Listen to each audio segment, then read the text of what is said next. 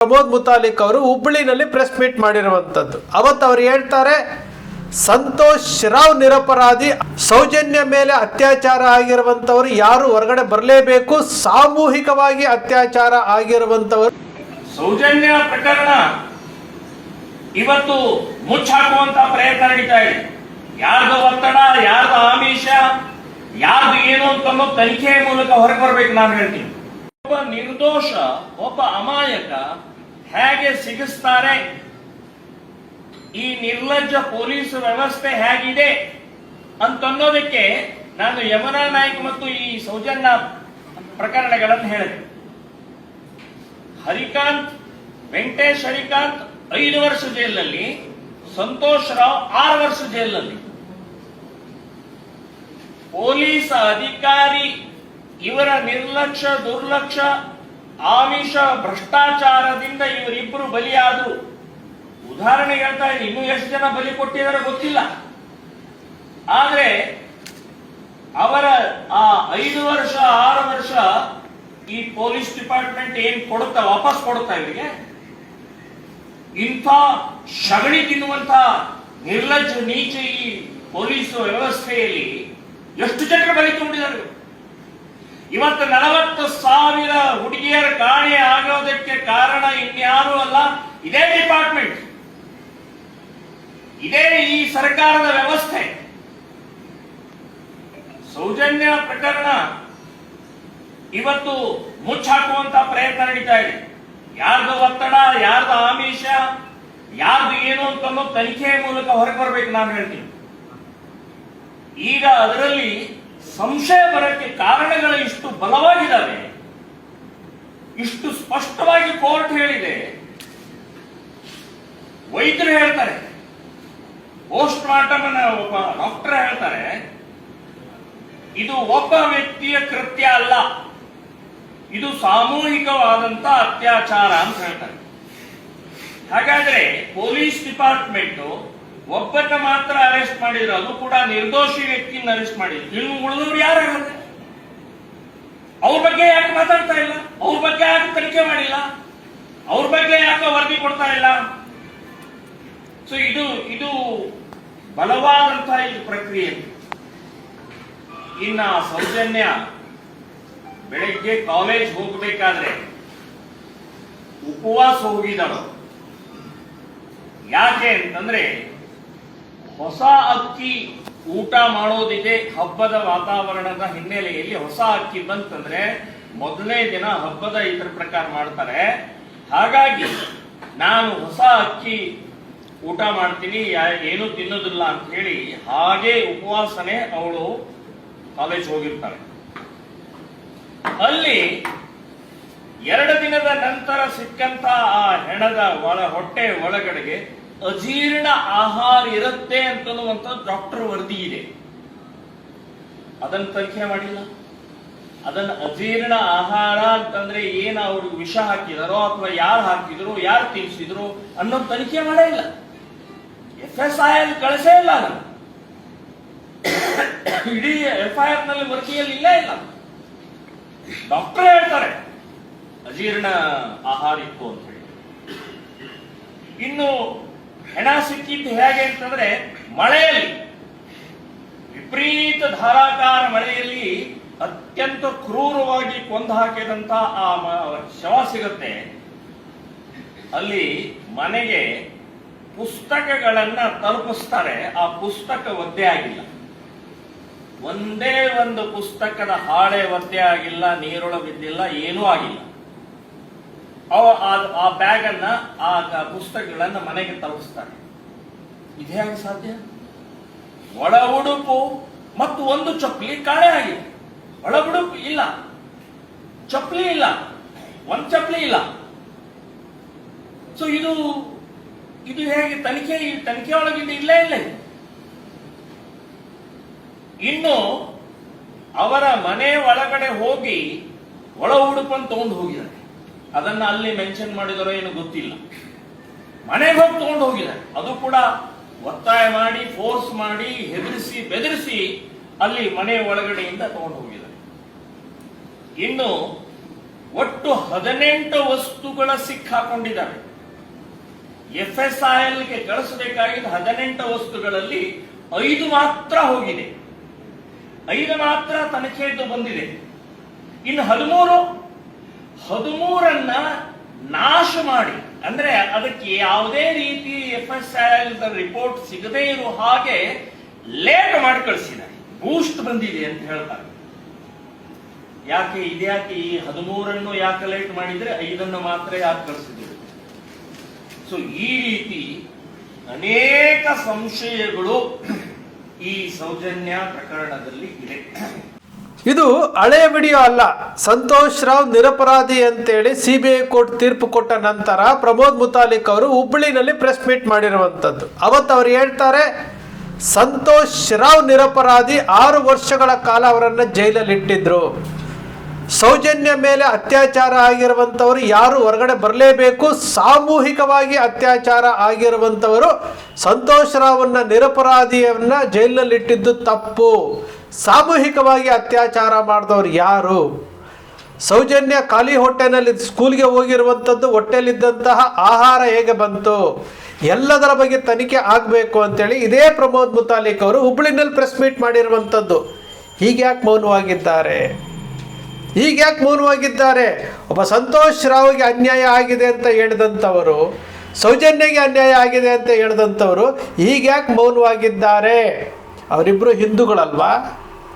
ಬೀದಿಗಿಳಿದು ಹೋರಾಟ ಮಾಡಬೇಕಾಗಿತ್ತಲ್ವಾ? ಯಾರೇ ಆಗಿರಲಿ, ಹಿಂದೂಗಳಿಗೆ ಅನ್ಯಾಯ ಆಗಿದೆ ಅಂತ ತಕ್ಷಣ ಬೀದಿಗಿಳಿದು ಹೋರಾಟ ಮಾಡ್ತೀವಿ ಅಂತ ಹೇಳೋರು ಹೀಗ್ಯಾಕೆ ಸೈಲೆಂಟ್ ಆಗಿದ್ದಾರೆ? ಪ್ರಶ್ನೆ ಮಾಡಬೇಕಲ್ಲ. ಅಂದರೆ 2 ವರ್ಷದ ಹಿಂದೆ ಸಂತೋಷ್ ರಾವ್ ನಿರಪರಾಧಿ ಅಂತ ಬಂದ ತಕ್ಷಣ ಪ್ರೆಸ್ ಮೀಟ್ ಮಾಡಿದವರು ಈಗ ಸೈಲೆಂಟ್ ಆಗಿರುವಂಥದ್ದು, ಈಗ ವಿಚಾರಗಳನ್ನು ಹೊರಗಡೆ ತರೋದಕ್ಕೆ ಹಿಂದೆ ಮುಂದೆ ಯಾಕೆ ನೋಡ್ತಾ ಇದ್ದಾರೆ? ನ್ಯಾಯ ಅಂದರೆ ನ್ಯಾಯನೇ ಅಲ್ವಾ? ಸತ್ಯ ಅಂದರೆ ಸತ್ಯನೇ ಅಲ್ವಾ? ಯಾತಕ್ಕೆ? ನಾವು ಪದೇ ಪದೇ ಹೇಳ್ತಾ ಇರ್ತೀವಿ, ನಿಮ್ಮ ಅಕ್ಷರ ಮೀಡಿಯಾದಲ್ಲಿ ಪದೇ ಪದೇ ಹೇಳ್ತಾ ಇರ್ತೀವಿ, ಇದು ಸತ್ಯ, ನ್ಯಾಯ, ನೀತಿಗಾಗಿ ನಡೀತಾ ಇರುವಂತಹ ಹೋರಾಟ. ಒಂದು ಸೌಜನ್ಯ ಹೋರಾಟ ಅಲ್ಲ ಇದು. ಸತ್ಯ ಗೆಲ್ಲಬೇಕು, ನ್ಯಾಯ ಗೆಲ್ಲಬೇಕು, ಸತ್ಯಮೇವ ಜಯತೆ, ಸತ್ಯ ಗೆಲ್ಲಲೇಬೇಕು. ಭರತ ಖಂಡದಲ್ಲಿ ಸತ್ಯ ಹರಿಶ್ಚಂದ್ರ ಹುಟ್ಟಿದಂತಹ ನಾಡಿದು, ಶ್ರೀರಾಮಚಂದ್ರ ಹುಟ್ಟಿದಂತಹ ನಾಡಿದು, ಶ್ರೀಕೃಷ್ಣ ಪರಮಾತ್ಮ ಹುಟ್ಟಿದಂತಹ ನಾಡು. ಇಂತಹ ನಾಡಿನಲ್ಲಿ ಸತ್ಯ ಗೆಲ್ಲಲೇಬೇಕಲ್ವಾ? ಶ್ರೀ ಮಂಜುನಾಥ ಸ್ವಾಮಿ, ಅಣ್ಣಪ್ಪ ಸ್ವಾಮಿ ಇವತ್ತಿಗೂ ಸಹ ಈ ಹೋರಾಟವನ್ನು ಜೀವಂತವಾಗಿಟ್ಟಿದ್ದಾರೆ ಅಂತಂದರೆ ಇದರ ಹಿಂದೆ ಆ ದೇವರ ಶಕ್ತಿ ಇದೆ ಅಂತ ತಾನೇ. ಪ್ರಮೋದ್ ಮುತಾಲಿಕ್ ಅವರು ಸಮಯಕ್ಕೆ ಒಂದು, ನಿಮಿಷಕ್ಕೆ ಒಂದು ಯಾತಕ್ಕೆ ಮಾತಾಡ್ತಾ ಇದ್ದಾರೆ? ಮುನ್ನೆಲೆಗೆ ನಿಂತ್ಕೊಂಡು, ಇಲ್ಲಿ ಹೋರಾಟದಲ್ಲಿ ನಿಂತ್ಕೊಂಡು ನ್ಯಾಯ ಕೊಡಿಸ್ಬೇಕಾಗಿತ್ತು. ಇಬ್ಬರಿಗೆ ಅನ್ಯಾಯ ಆಗಿದೆ ಅಂತ ಅವರೇ ಹೇಳ್ತಾ ಇದ್ದಾರೆ. ಸಂತೋಷ್ ರಾವ್ಗೆ ಅನ್ಯಾಯ ಆಗಿರೋ ವಿಚಾರ ಹೇಳ್ತಾ ಇದ್ದಾರೆ. ಸೌಜನ್ಯಗೆ ಆಗಿರುವಂತಹ ಬರ್ಬರ ಅತ್ಯಾಚಾರ ಮತ್ತು ಕೊಲೆ ಬಗ್ಗೆ ಮಾತಾಡಿದ್ದಾರೆ. ಇಷ್ಟೆಲ್ಲ ಮಾತನಾಡಿರುವಂಥವರು ಈಗ ಬೀದಿಗಿಳಿದು ಯಾಕೆ ಹೋರಾಟ ಮಾಡ್ತಾ ಇಲ್ಲ, ಯಾಕೆ ದನಿ ಎತ್ತಾ ಇಲ್ಲ? ಇದು ಪ್ರಶ್ನೆಗಳನ್ನು ಅವರೇ ಪ್ರಶ್ನೆ ಮಾಡಿಕೊಂಡ್ರೆ, ಅವರೇ ಮನವರಿಕೆ ಮಾಡಿಕೊಂಡ್ರೆ ಬಹುಶಃ ಅವರು 2 ವರ್ಷದ ಹಿಂದೆ ಪ್ರೆಸ್ ಮೀಟ್ ಮಾಡಿದ್ದಂಥದ್ದನ್ನು ಈಗ ಅವರು ಹೇಳಬೇಕಾಗತ್ತೆ. ಇಬ್ಬರಿಗೆ ಅನ್ಯಾಯ ಆಗಿದೆ ಅಂತ ಹೇಳ್ತಾರೆ. ಇಬ್ಬರೂ ಹಿಂದೂಗಳು. ಅದರ ಜೊತೆಗೆ 100 ಹೆಣಗಳನ್ನು ಊತ ಹಾಕಿದ್ದೇನೆ ಅಂತೇಳಿ ಚಿನ್ನಯ್ಯ ಹೇಳ್ತಾ ಇದ್ದಾನೆ. ಊತ ಹಾಕಿರುವಷ್ಟು ಜನರು ಹಿಂದೂಗಳೇ ಅಲ್ಲ. ಇವತ್ತು ಆನೆ ಮಾಹುತ ನಾರಾಯಣ ಮತ್ತು ಯಮುನಾ ಅವರು ಹಿಂದೂಗಳಲ್ವಾ? ಪದ್ಮಲತಾ ಹಿಂದೂ ಅಲ್ವಾ? ವೇದವಲ್ಲಿ ಹಿಂದೂ ಅಲ್ವಾ? ಯಾತಕ್ಕೆ ಬಾಯಿ ತೆಗಿತಾ ಇಲ್ಲ? ಬಾಯಿ ತೆಗಿಬೇಕಲ್ವಾ? ಎಲ್ಲಿಯವರೆಗೂ ಈ ಸತ್ಯವನ್ನು ಉಳಿಸೋದಕ್ಕೆ ನೀವು ಮುಂದಾಗೋದಿಲ್ವೋ? ಅವತ್ತು ಪ್ರೆಸ್ ಮೀಟ್ ಮಾಡಿ ಹೇಳಿರುವಂಥವರು ಇವತ್ತು ಫೀಲ್ಡ್ಗೆ ಇಳಿದು ಹೋರಾಟ ಮಾಡಬೇಕಾಗಿತ್ತು. ಮಹೇಶ್ ಶೆಟ್ಟಿ ತಿಮ್ರೋಡಿ ಅವರನ್ನು ಗಡೀಪಾರು ಮಾಡ್ತಾರಲ್ಲ, ಇದರ ಬಗ್ಗೆ ಪ್ರಮೋದ್ ಮುತಾಲಿಕ್ ಅವರು ಪ್ರೆಸ್ ಮೀಟ್ ಮಾಡಬೇಕಾಗಿತ್ತು. ಯಾತಕ್ಕೆ ಮಾಡಲಿಲ್ಲ? ಮಹೇಶ್ ಶೆಟ್ಟಿ ತಿಮ್ರೋಡಿ ಹಿಂದೂ ಹೋರಾಟಗಾರರಲ್ವಾ? ಹಿಂದೂ ಹೋರಾಟಗಾರರನ್ನು ಗಡೀಪಾರು ಮಾಡಿದ್ದಾರೆ ಅಂತ ಇವತ್ತು ಪ್ರೆಸ್ ಮೀಟ್ ಮಾಡಿ ಸರ್ಕಾರಕ್ಕೆ ಚಿಮಾರಿ ಹಾಕಬೇಕಾಗಿತ್ತು. ಯಾಕೆ ಮಾಡಲಿಲ್ಲ? ಯಾತಕ್ಕೆ? ಇದ್ಯಾವುದು ಸೃಷ್ಟಿ ಅಲ್ವಲ್ಲ ಇದು.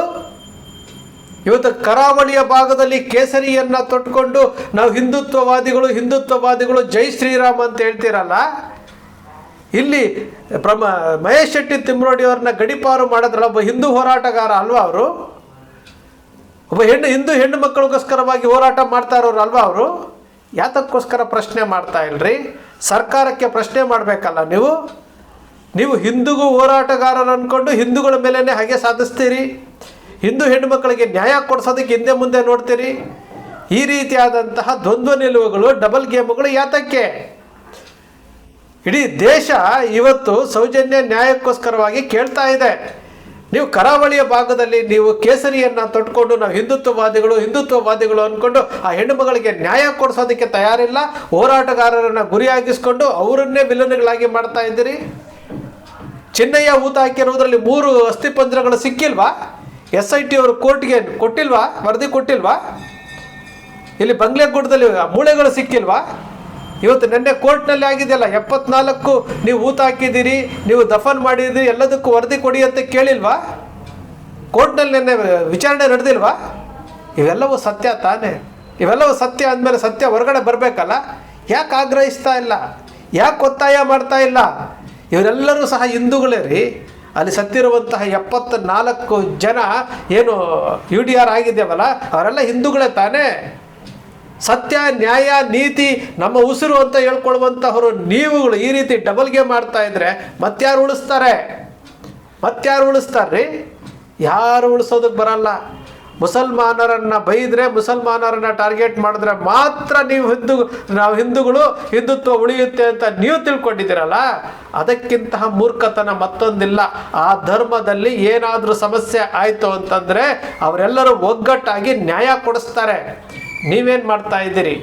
ಎಲ್ಲ ಧರ್ಮಗಳಲ್ಲೂ ಆ ಧರ್ಮಗಳನ್ನು ಪಾಲನೆ ಮಾಡೋದಕ್ಕೆ ಒಗ್ಗಟ್ಟಾಗಿ ಅವರು ನ್ಯಾಯ ಕೊಡಿಸ್ತಾರೆ. ನೀವೇನು ಮಾಡ್ತಾ ಇದ್ದೀರಿ? ಹಿಂದೂಗಳ ಮೇಲೆ ಹಿಂದೂಗಳೇ ಎತ್ಕಟ್ಟೋ ಅಂಥದ್ದು. ಮಹೇಶ್ ಶೆಟ್ಟಿ ತಿಮ್ಮರೋಡಿಯವ್ರನ್ನ ಗಡಿಪಾರು ಮಾಡಿದ್ದಾರೆ. ಅವರು ಸರ್ಕಾರಕ್ಕೆ ಚೀಮಾರಿ ಹಾಕಬೇಕು, ಸರ್ಕಾರಕ್ಕೆ ಪ್ರಶ್ನೆ ಕೇಳಬೇಕು ಅಂತೇಳಿ ಪ್ರಮೋದ್ ಮುತಾಲಿಕ್ ಅವ್ರಿಗೂ ಇಲ್ಲ, ಹಿಂದೂ ಹೋರಾಟಗಾರರಿಗೂ ಇಲ್ಲ.